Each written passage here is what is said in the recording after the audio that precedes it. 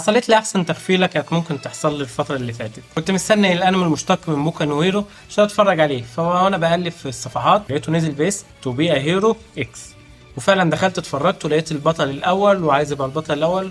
في دماغي طبعا ان هو المشتق من انمي تاني خالص ملوش علاقه ببوكا نو هيرو، انمي صيني باشتراك في الانتاج ياباني ونزل، بس بصراحه ما ندمتش خالص ان انا شفته. انمي بيتكلم على الابطال خارقين بس بشكل مختلف خالص، بيكسبوا قوتهم بقى مش بطريقه تجارب علميه او طريقه حادثه حصلت لهم او اي حاجه من اللي احنا شفناها قبل كده. ابطال خارقين بيكسبوا قوتهم من خلال ثقه الناس فيهم، يعني كل ما الناس وثقت فيهم اكتر كل ما قوتهم زادت.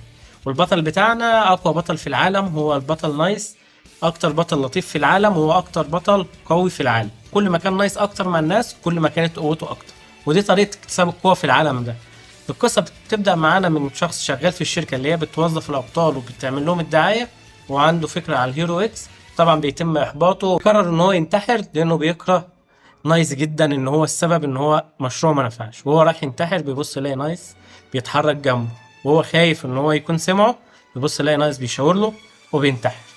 وبتبدأ القصة من هنا لما يجوا يمسكوه ويبقى هو البديل بتاع نايس. القصة حلوة، الأنمي كان مفاجأة، الرسم غريب، وآخر مشهد في آخر حلقة حصلت في الأنمي أبهرني وهيخليني مستني الحلقة الجاية بفارغ الصبر.